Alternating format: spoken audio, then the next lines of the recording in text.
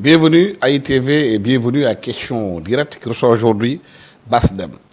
Basdem est un acteur, réalisateur, peintre, musicien et chanteur franco-sénégalais qui est très connu en France pour avoir fait énormément de choses là-bas dans le cadre de la culture. Basdem, merci d'avoir accepté notre invitation. Vous êtes au Sénégal, vous êtes en train d'exposer. C'est votre première fois? C'est ma toute première fois au Sénégal. Disons, je suis déjà fait une radio il y a quelques temps, mais c'est la première fois à la télévision pour parler de ce que je fais sur cette terre. Vous êtes au Sénégal dans quel cadre? Au Sénégal, je suis dans le cadre de la Biennale, parce que c'est la première fois aussi pour ça.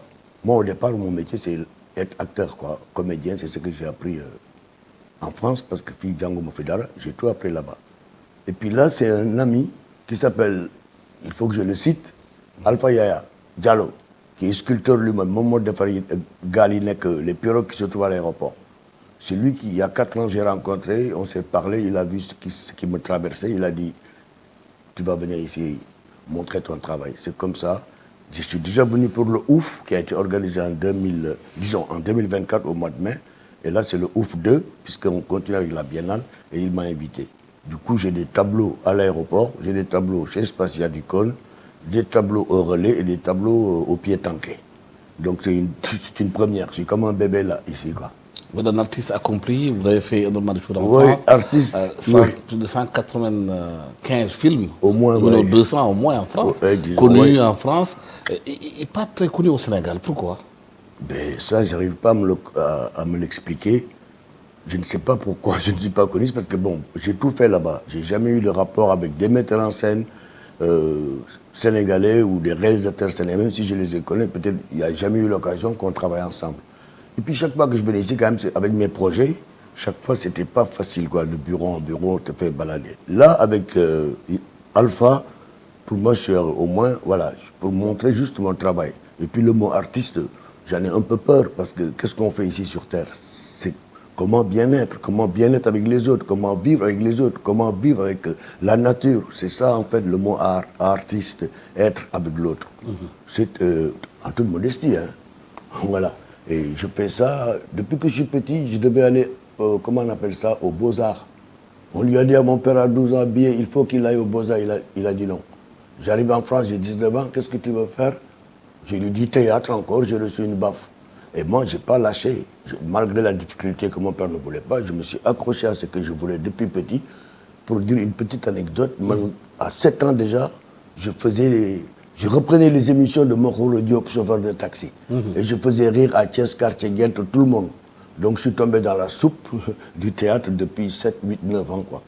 Et vous allez en France, vous avez commencé à faire du théâtre en France. J'ai commencé par bosser. Comment ça s'est passé en France? J'ai commencé d'abord par bosser à la SNCF. Après, au bout de 2 ans, j'ai démissionné. Le gars m'a dit non, vous ne démissionnez pas, je vous licencie. Comme ça, vous touchez vos droits. Je ne le savais pas. Et je suis monté à Paris, je suis allé m'inscrire directement au cours Simon. La dame, elle était, si vous voulez faire du théâtre, j'ai dit oui, madame, je veux faire du théâtre. Et c'est parti de fil en aiguille. Après les cours Simon, 2 ans, les ateliers avec Ariane Nouchkine, avec Mesguich, avec Gabriel Garand, avec André Séverine. J'ai tout appris là-bas. Avec aussi Mahmoud Charlie, un Iranien, super, qui m'a donné des superbes beaux rôles comme Othello dans Shakespeare, et qui m'a donné aussi des rôles dans Supplément au voyage de Cook de Jean Giraudoux. Et voilà, c'est comme ça. Et puis le cinéma, je suis tombé dessus aussi, de fil en aiguille, des rencontres. C'est que des rencontres aussi, et je n'ai jamais lâché. Et la peinture, bon, comment ça se passe là-bas, c'est difficile. Parce que souvent, moi, je suis champion des rôles à clichés. J'ai beaucoup fait des rôles de clichés. Et bien, moi, je ne venais pas comme le noir qui vient jouer le rôle, je viens comme un acteur. C'est ça qui me nourrissait. Donc c'est grâce à ces rôles plus ou moins clichés ou pas clichés qui ont fait ce que je suis, quoi. Et j'ai jamais lâché. Comme c'était assez difficile, moi je suis un garçon curieux depuis petit, bah, c'est comme ça que la peinture m'est tombée dessus. On m'avait offert des pastels il y a quoi, 26 ans bientôt, des pastels. Avec le cahier, j'ai tout rempli. Tout le monde me disait c'est beau, c'est beau. J'ai fait une expo dans un café, tout est parti. J'ai remercié mes parents, ma maman, j'ai dit merci, je ne vais jamais mourir de faim ici. Et c'est comme ça, doucement, doucement, je suis arrivé à rentrer dans la peinture. Et là, ce que j'amène ici pour la peinture à la Biennale, ça s'appelle les Afriques. Et bon, je suis parti il y a longtemps, 51 ans bientôt. Oui. Donc l'Afrique m'est toujours restée là. Même si j'ai épousé une Française, j'ai eu des enfants métis, mais l'Afrique est toujours restée là, dans mon ventre et dans mes préoccupations. Et vous la voyez comment, cette Afrique aujourd'hui? Vous la voyez comment, avec vos peintures, l'Afrique? Ah, comment je vois l'Afrique? Bah, je crois qu'on est mal barré. Hein. Il faut qu'on se réveille et qu'on revienne sur l'humanité. Mais pourquoi on est mal barré? Bah, mal barré dans le sens que j'ai l'impression, ici, quand je viens, on n'a pas envie de rencontrer l'autre. Et tout se passe avec l'autre, l'humain. Que Dieu nous a mis là, mais qu'est-ce qu'on fait là? C'est pas juste pour aller au paradis. Il faut qu'on travaille. Il faut qu'on s'aime et qu'on s'ouvre et qu'on... Nous joko idiote, quoi. L'oreille idiote. Qu'on puisse être ensemble. Mais on a tout, par contre. L'Afrique a tout depuis la nuit des temps. Te dire ou ça, il y a encore beaucoup de richesses. Mais c'est l'organisation du pays, des pays, d'Afrique bien sûr. Et quelle direction on suit? Il y a trop d'intérêts personnels. J'ai l'impression. Bon, je ne parle pas de ce qui se passe, les relations internationales, je suis pas... Vous connaissez peut-être mieux que moi. On a vu vos tableaux, les différents tableaux que vous avez faits sur l'Afrique. Chaque tableau dit quelque chose. C'est ça que je voulais expliquer. Et ces tableaux-là, je les ai achetés en 2016, comme on fout. J'avais un peu d'argent, je suis parti acheter 10 tableaux. J'ai dit, tiens, je vais faire quelque chose sur l'Afrique. En 2016. Et quand on a quitté Paris, on a déménagé dans le sud, vers Marseille. Là, j'ai pu me construire un atelier en bois où je pouvais m'amuser, faire ce que je voulais. Et c'est comme ça que j'ai fait les Afriques. Il y en a 10. Il y a déjà le plus grand qui est installé hier à l'aéroport. C'est l'Afrique à l'envers, retournée. Pourquoi l'Afrique retournée? Bah, pour essayer d'exciter l'imaginaire des enfants surtout, pas des adultes. L'imaginaire des enfants. Parce que les enfants, il y en a qui sont venus le voir quand c'était au relais route de Ouakam, ils étaient excités. Le professeur, il a dit, mais il faut qu'il y ait une table de l'école. Il dit que non. Il faut que les enfants viennent voir ça. Et les enfants disent, mais pourquoi il l'a mis à l'envers? Et cette façon d'être excité, ça parle à leur cerveau. Et ça se fait naturellement que les enfants vont commencer aussi, eux, à voir une autre Afrique. C'est dans ce sens-là. Et chaque tableau a une signification. Là, ça parle d'amour. Là, ça parle des origines africaines. Tout ce qui est bipède sur Terre vient d'Afrique. Ça, c'est clair, nous sommes les premiers. Ça parle de l'économie. Ça parle, voilà, chaque tableau a son truc. Ça parle aussi de, comment on appelle ça, des religions, la mathématique, comment on est dans les calculs, l'argent, on laisse tout ici. Moi, des fois, je ne suis pas, comment on dit, économiste, mais chaque fois, je me dis, mais pourquoi on ne fait pas de monopoly? Le monopoly, c'est-à-dire Khalesbi, Daïdaou, comme la mort circule, la vie circule, tout le monde marche, les oiseaux, la lune bouge, tout bouge, bon, sauf l'argent. Je me dis, il y a un problème qu'on n'a pas compris. On devrait démystifier le fric et aller vers l'humain. Surtout sortir les miskines du trou qu'ils sont. Moi, c'est ça que je dis. Mais peut-être on est très riche et on n'a pas fini, mais on a de gros problèmes d'organisation. L'intérêt des personnels de certains font que, voilà, et l'indiscipline aussi. C'est à travers là que vous voulez donner un message par rapport à moi, cette je m'adresse aux enfants. Ça, c'est trop pour moi. Moi, je m'adresse surtout aux enfants. Voilà, qu'ils puissent voir leur Afrique autrement. Parce qu'ils n'y leur donner une vision, une autre vision, et leur donner aussi des forces. Comme quoi, ne pas être des victimes, nous sommes les premiers. Voilà, et les autres, ils sont simplement jaloux. On est dans le mot racisme, pas de victimisation, pas non plus de rancune, refaire l'histoire, mais surtout qu'on sache qui sommes-nous, que nous sommes des humains. Et surtout, moi, je m'adresse aux enfants, c'est ça que je voulais dire. Parce que tout ce que je fais, c'est pour les enfants. Même indépendamment de la peinture, qui est en fait ce que pourrait dire une virgule ou quoi. C'était pas ça. J'ai jamais imaginé, moi, Bass, invité dans mon pays pour parler de peinture. Du théâtre. Là, depuis 2014, nous avons créé une famille de théâtre masquée, comme le Comité dell'Arte de l'Italie, ou le Topeng Baliné, où c'est des jeux masqués. Oui. Et quand j'avais vu ça pour la première fois en 1987, au Chaudron, chez Nouskine, j'ai vu des masques s'animer devant moi, c'était sublime. Et comme un enfant, je me suis dit, mais comment ça se fait que l'Afrique n'a pas de masques comme ça? Et tout le monde s'est retourné, m'a jeté un coup d'œil. Et ça m'a marqué. Donc plus tard, en 2014, j'ai dit, combattant, tu n'as rien foutu là, comme ce que tu vas laisser aux gens. Donc pour l'Afrique encore, j'ai créé cette famille avec des sculpteurs. Si j'avais des sculpteurs africains qui pouvaient tailler et tout ça, j'aurais travaillé. Mais là-bas, j'étais en France, donc j'ai travaillé avec un maître du Balinais qui s'appelle Mas Segen, et j'ai travaillé avec 2 autres sculpteurs d'après mes idées. Pour trouver cette famille de masques, c'est la recherche. Je ne suis pas venu en leur disant, ouais, masquer non, c'est une recherche en s'appuyant sur ce qui est l'Africain, du point de vue plastique, comment nous sommes nos visages, et la faune africaine. Voilà, je n'ai pas ramené de masque ici parce que je suis venu pour la peinture. Oui. Par exemple, moi, mon personnage, il s'appelle Moucha Moucha. Oui. Et c'est un suricate. Je vais vous dire pourquoi Moucha Moucha. C'est un suricate. C'est mon visage avec le suricate. c'est-à-dire le nez du surrogate. Oui. Et comment on a fait pour trouver cette famille? On a pris les museaux des animaux pour le coller sur le visage d'un humain. Et comme les aigles, il y a 14 familles, les lions, les aigles, l'œuk, la famille des... Voilà. Et finalement, les masques ont commencé à jouer en atelier, on les a fait essayer en atelier et ça marche. Et depuis, il y a une trilogie qui a été écrite par un ami qui s'appelle Rémi Schemler, ça s'appelle Le Souffle, en 3 volets. Le premier volet, c'est sur la femme, parole de buffle. Le deuxième volet, qui mange quoi dans ce monde. Troisième volet, c'est la révolution des organes. C'est-à-dire, le premier volet, on ne respecte pas la femme. Deuxième volet, on s'entretue entre nous tout le temps. Et troisième volet, c'est du théâtre. Hein. Et troisième volet, c'est nos propres organes qui font la révolution, qui ne comprennent pas comment nous gérons notre monde. Et ça, c'est que du théâtre. Pour raconter un peu notre histoire à nous, humains, sur cette planète qui est inouïe. Je ne sais pas si vous le savez, mais l'univers c'est grand et nous on est un petit point sur un grand masse du vide. C'est beau, à Carafet. On doit s'appuyer là-dessus, voir la beauté. Même si Amoul Dara sa poste, tu peux être heureux en regardant le coucher de soleil ou en allant aider quelqu'un, voir le bonheur en face. Ben, grâce au théâtre aussi, parce que si je parle aux enfants, parce que le théâtre c'est là où réside l'imaginaire. Et pour progresser, c'est l'imaginaire. Pour comprendre, c'est l'imaginaire. Ça nous transforme la vie. On ne peut pas rester sur ce qu'on nous a donné, il faut qu'on le transforme. Mais justement, beaucoup pensent qu'aujourd'hui, que l'imaginaire des enfants africains n'a pas assez travaillé pour qu'ils puissent s'ouvrir au monde. Mais je crois qu'ils sont... C'est la bataille qui doit être justement sur l'imaginaire. C'est ça, le théâtre, la sculpture, la danse, toutes les choses qui ont, même dans l'artisanat, toutes les choses qui ont attrait à l'aspect physique ou intellectuel, qui aident à comprendre la vie, et puis donner la possibilité aux enfants d'essayer. Par exemple, il y a un truc qui me choque ici, il n'y a pas de terrain de football, ou terrain d'handball, ou terrain de basket, ou plein de choses pour les enfants. Il paraît qu'ils payent pour aller jouer. Des lieux d'épanouissement pour les enfants, il n'y en a pas. Beaucoup aider les gosses. Bon, pour moi, de mon côté, c'est le théâtre. C'est pour ça que j'ai amené, comme les masques sont attractifs, quand tu le parles, ça les fait réagir. Donc, on peut les amener à l'école, le théâtre. Si on veut changer les choses, il faut commencer à la base. C'est-à-dire dans les écoles primaires déjà, à partir de la classe de 4e, les gosses peuvent commencer à faire du théâtre. Et chaque année, les parents viennent voir ce qu'ils ont fait. Tous les parents qui viennent voir ce que leurs enfants ont fait cette année. Même, ce n'est pas pour qu'ils deviennent des acteurs, mais que pour changer leur mentalité, pour exciter leur sensibilité sur cette terre.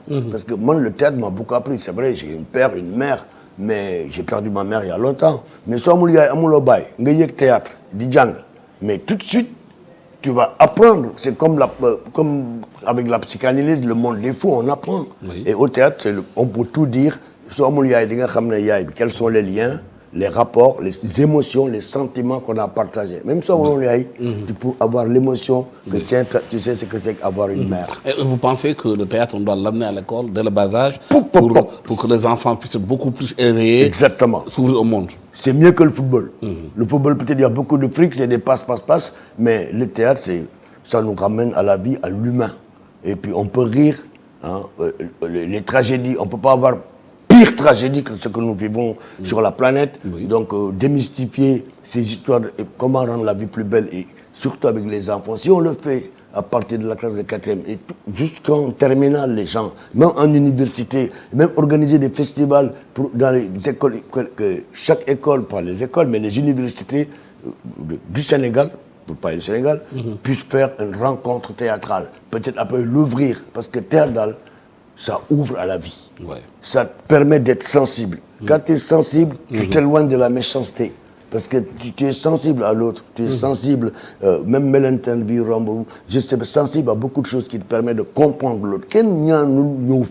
Personne n'a dit, allez, je vais naître. Non. Les parents non plus, personne. On est là. Quelle chance qu'on a d'exister. Donc moi, tout mon combat, c'est le théâtre. Et puis, pourquoi j'aurais pu rester en Europe comme les autres travaillent? On m'appelle Amatijan Poche Troué, c'est-à-dire, ça me casse des dents. Tout ce que je fais, je le mets dans ma création et je partage beaucoup, beaucoup, parce que moi, je fais d'ara, quoi. Et puis, c'est pas partager pour recevoir, c'est partager pour être ensemble. Mais justement, après tant d'années en Europe, vous êtes revenu au Sénégal de temps en temps. Quel regard jetez-vous sur le Sénégal? J'ai encore beaucoup à comprendre. Parce que quand j'étais ici petit, c'était pas ça. Le respect des grands, Les gens étaient beaucoup plus posés. Dans les années 50-60, c'était pas du tout ça. Ici, les gens sont très pressés. Automobile, que Nitki.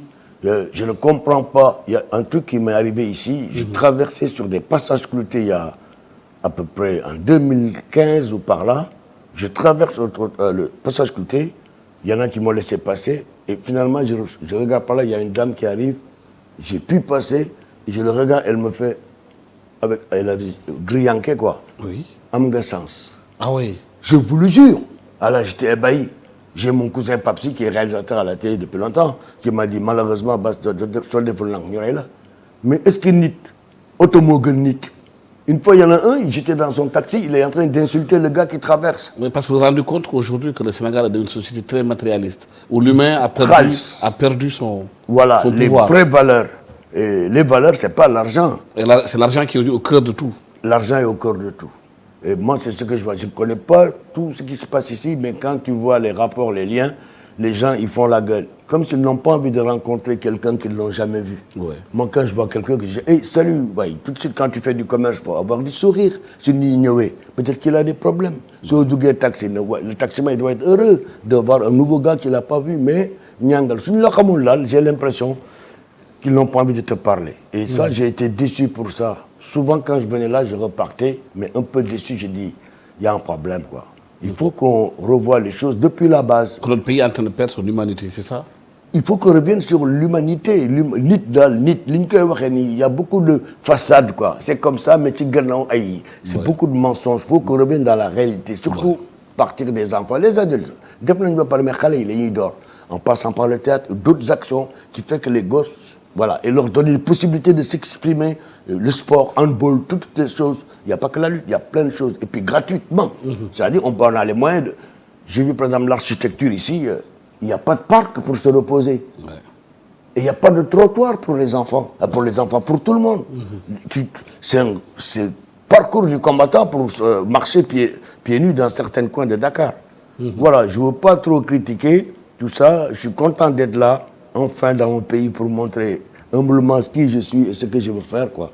Voilà. Au-delà de théâtre, vous êtes quand même un acteur connu, reconnu, vous avez joué dans beaucoup de films. On sait que le cinéma est important dans un pays, dans l'imaginaire du pays. Le cinéma aussi, c'est des valeurs aussi économiques. Ouais. Est-ce qu'au Sénégal, aujourd'hui, vous sentez qu'il y a un bouillonnement sur ce plan-là? Sur le plan cinématographique, oui. Puis certainement, il y a Alain Gomis qui a créé une école ici. Alain Gomis, vous voyez qui c'est? Oui, Alain Gomis qui a fait un film La France et d'autres films encore. J'ai déjà travaillé avec lui aussi sur 2 films. Qui a gagné le salon de Yanenga avec Omar Sall, avec son film, oui. C'est ça, avec Omar Sall, il a fait le film sur Telenius Monk, mais il en a un autre qu'il prépare aussi. Donc les choses bougent. Mais nous, quand on était petits, des salles de cinéma, il y avait à Tire-Larigot. Ben, il y en a plus, hein. Mais les femmes qui ne sont pas, ni parlent pas, ni français, ni arabe, allaient voir des films. On a les films de Moukalsoum, les films indiens, on nous a bombardé, les films chinois. Mais jusqu'à présent, on n'a pas des films d'Afrique, comme les films de Yellen, des films de Sembène Ousmane dans les salles pour nous, nos cosmogonie. Les telenovelas, c'est pas notre réalité. Il faut qu'on fasse des films qui s'approchent de notre réalité. Comme ça, aujourd'hui, les enfants, ils vont comprendre c'est quoi notre façon d'être.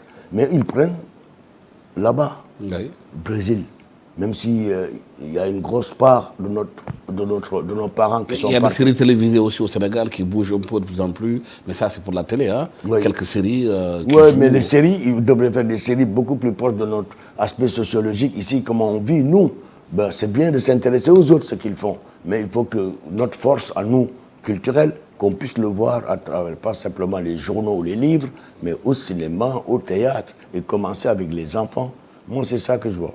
Ouais. Je ne pourrais pas dire quelle est la solution pour régler le problème, mais moi, c'est le théâtre que... Voilà, c'est ça. Le Sénégal était connu comme au temps de Senghor comme étant un pays de culture. Ah, ça, avec le festival des arts nègres, tout ce qui a été fait au Sénégal. Le rayonnement du Sénégal, c'était en quelle à année? travers sa culture, 1966, le festival des arts nègres. Mais aujourd'hui, on a l'impression que la culture, elle est délaissée, elle est devenue folklorique, mais complètement. Elle est anecdotique dans ce qu'on fait aussi au Sénégal. Tout à fait, Samba, c'est tout à fait ça. C'est que tout ça, ça s'est éloigné de nous.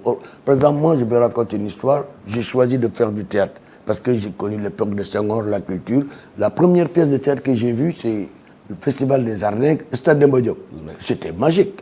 Avec la Dior Diop, sur le terrain de football, Fassiek, Yop, c'était beau. J'étais là à regarder, c'était magnifique. Et ça fait partie des choses ici qui m'ont donné envie de faire. Et on pouvait avoir notre imaginaire qui bougeait. Et ce qui fait que des gens de cette époque-là ont fait beaucoup de choses. Les Ben Jogaïbe, tous ces gens-là, et d'autres dans le théâtre à l'époque. Mais tout ça, ça a été. Demain, nous avons un cinéma à Montréal. Mais pourquoi? Donc, et quand je suis arrivé là-bas pour faire mes cours, j'ai reçu du courrier du ministère de la Culture. Parce qu'il me fallait une autorisation. Je retourne en arrière pour aller au théâtre. Et j'étais au conservatoire, j'ai demandé au monsieur, comment on fait pour rentrer ici? Il dit, vous êtes étranger? Je dis oui. Il dit, vous n'avez pas besoin de passer le concours, il vous faut l'autorisation de votre pays. Ah bon, c'est facile. Je demande à mon père me dit, débrouille-toi. Je vais au consulat, on me dit, va à l'ambassade, on m'envoie. Et finalement, ministre de la Culture, ministre de l'Enseignement. Et au bout de 2 ans, mon âge était presque passé, je reçois un courrier que j'ai déchiré. Le gouvernement sénégalais ne vous autorise pas à faire des cours de théâtre. Ah oui. Ah là, ça m'a choqué. Pourquoi? Je me suis dit, mais donc j'ai raté ma vie. Tout ce que j'ai fait, ça ne sert à rien. Tout ce que j'ai appris, ça n'a pas de sens ici. Donc voilà, mais j'ai continué de persister dans cette poésie qui est la vie, qui est le théâtre. Jusqu'à présent, je n'ai pas lâché. Et là, quand je rentre, je suis sur une série pour faire le papa de Joe Star. Voilà, toujours le même rôle, un papy. Voilà, je ne lâche pas l'affaire, quoi. Continuer d'être ce qu'on est, quoi. Et vous pensez que c'est par le théâtre qu'on arrive à socialiser la population? De mon côté, le théâtre, oui. Le théâtre, ça ouvre l'esprit. Ça ouvre ton cœur, ça ouvre l'esprit. Et on s'amuse, on joue. Tu n'as jamais été père, tu vas être père. Tu n'as jamais été un assassin, par exemple, tu vas l'être sur scène. Tu vas comprendre ce que c'est que tu es l'autre. Voilà. Tu faire rire les gens et les faire réfléchir. Et pas simplement les faire pleurer. Ça fait partie aussi du théâtre. Moi, je crois que le théâtre nous ouvre à tout. Comme je dis, les comédiens, pour moi, d'habitude, je ne dis pas, je ne suis pas comédien, je suis porteur de sentiments humains. Parce que qu'est-ce qu'on joue sur scène? Ce n'est pas du texte. On joue des émotions. Ouais. Voilà, je suis triste, je suis heureux, qu'est-ce qui se passe? C'est ça qu'on joue. Même si tu le dis en Wolof, le Shakespeare, du moment que l'émotion passe, ça passe. L'émotion est universelle. Les pygmées en pleine forêt, ou les aborigènes, ou d'autres gens, les Inuits, pareil, l'émotion est universelle. Vous ne le dites pas souvent, vous êtes aussi musicien. Vous jouez aussi de la musique. Oui, je suis amateur de musique, j'ai toujours aimé la musique. Quand j'allais parler en pulaar, c'est très religieux, tout est interdit. Musique wataki, football wataki, j'étais très bon joueur, ailier droit, mais c'est interdit. Si tu rentres, on te tape. Tout est interdit, dos balle, tu ne fais rien, quoi. Tout c'est que l'aspect dictatorial. Mais là, vous jouez quand même de la musique avec un piano, un solfège. Ouais, amateur, j'ai pas peur. Vous jouez aussi avec des gospels. Moi, ce que je de joue, la bonne musique, vous la faites. Ce que je joue le mieux, c'est l'harmonica que je maîtrise, que j'ai acheté depuis 1994. C'est lèche-babine dans ma poche. Vous n'en avez pas ici pour nous jouer? Je ne sais pas, peut-être dans mon sac. Et puis le piano, j'ai pas peur parce que je voulais faire des cours de piano il y a longtemps. En cours du soir, je suis rentré, c'est à Paris, lycée Chaptal. Cours du soir, bon, comme je suis naïf, le professeur a dit, qui n'a pas de piano? J'ai regardé à droite, à gauche, personne n'a levé la main. J'ai dit, je vais être honnête, j'en ai pas. Et le maître m'a dit, sortez. J'ai dit, mais pourquoi, monsieur, je vais sortir avec une tablature, je peux travailler. Mon non, sortez. J'ai regardé, tout le monde, personne n'a réagi, personne n'a réagi. Il n'y avait que des blancs. Le visage pâle, comme je leur dis. Et là, je leur ai dit, bon, puisque c'est comme ça, je m'en vais. Je leur ai dit, salut les visages pâles. Tu vois. Et plus tard, je vais te raconter une histoire avec le piano. Je me promène dans un quartier, je vois des pianos très jolis. Je dis, ah, c'est beau. Et je rentre dans le magasin, je touche les pianos. Le vendeur, il vient et me fait, monsieur, vous aimez les pianos? Vous avez l'air d'aimer ça. Maintenant que je n'ai pas les moyens. Mais si, si vous pouvez avoir un piano. Ah oui? Vous habitez où? Je lui ai dit, avenue Georges Mandel, dans le 16e. Il a cru que j'étais fils de ministre ou fils de député. Il m'a fait tous les papiers, le piano a été livré chez moi au 7e étage sans ascenseur. J'étais pas là. Oui. Et il y a eu au moins 3 procès. J'ai payé qu'une fois 300 francs français. Et j'ai jamais payé parce que j'avais rien demandé. Et depuis que j'ai eu ce piano dans ma chambre, j'ai cartonné ça sans savoir, autodidacte, quoi. Et on arrive au procès, et madame la présidente qui me dit, monsieur Sall, qu'est-ce qui se passe? Sall, c'est de mon père, Thème, c'est de ma mère. Qu'est-ce qui se passe? J'ai dit, écoutez madame, j'ai rien demandé, je raconte l'histoire. Le gars, il m'a embarqué dans cette histoire. Moi, le piano, ça me plaît. Comme je bosse pas beaucoup comme comédien, ici, quand je rentre chez moi dans ma chambre de bonne, j'aime bien taper sur le piano. Elle pouffait de rire. Elle m'a dit, on se revoit dans 6 mois, monsieur Sall, mais il faut payer le piano. Elle était pliée. Et je l'ai gardé, même que j'ai déménagé, je l'ai laissé au voisin qui l'a gardé encore 2 ans, avant qu'il vienne le récupérer. C'est comme ça que je suis rentré dans l'histoire du piano. J'aime la musique, mais bon, Tu ne dois pas faire ça. Il faut qu'on soit curieux de la vie. La vie, elle est extraordinaire. Dañuy ragal nit, non, ragal jigéen, ragal yalla. Non, dañuy bëgg nit ki bëgg yalla. On ne peut pas avoir peur du bon Dieu. C'est lui qui nous a mis là. Voilà, souvent je leur dis, mais amna lu ngeen faté. Moy fi len yalla tek. Moy suuf si, c'est magique. Yow yaa wax ni yalla bu defar suuf si. Yaa ko wax affaire. Non, c'est beau, tout le monde vient et tout le monde croit comprendre. L'autre il impose. Mën sa morom daan. On va où? Oui. Moi, personnellement, je me pose des questions. Ils sont convaincus que c'est comme ça. Moi, je continue de me poser des questions. Voilà, infiniment. Merci infiniment, Basdem, d'avoir été Par contre, ce que je voulais dire, c'est les masques. Oui. Je voulais dire une dernière chose sur cette famille de masques. Ça s'appelle Universel Théâtre Masque Africain. D'accord. En Wolof, on dit Woodma cherche, comme tu cherches ton partenaire sur scène. Et cette famille, je vous ai montré les photos. Hein. C'est, voilà, ça, je me bats pour ça, pour que ça puisse venir dans le pays, que les gosses s'intéressent au théâtre. Voilà. Mais on a beaucoup parlé déjà. Oui. Merci infiniment, Bass Dem, d'avoir été venu sur ce plateau de ITV à Question Directe. C'est un réel plaisir de vous recevoir ici. Je rappelle que vous êtes acteur, que vous êtes aussi cinéaste, vous êtes aussi musicien installé en France. Vous avez réalisé pratiquement plus de 190 films en Europe de théâtre. Vous travaillez beaucoup, vous faites énormément de choses en Europe. Vous êtes au Sénégal aujourd'hui pour le compte de la Biennale. Et le plaisir de vous accueillir, de parler de vous, de ce que vous faites, de votre métier. Merci à toute l'équipe technique qui m'a accompagné pour la réalisation de cette émission. Merci. Au revoir.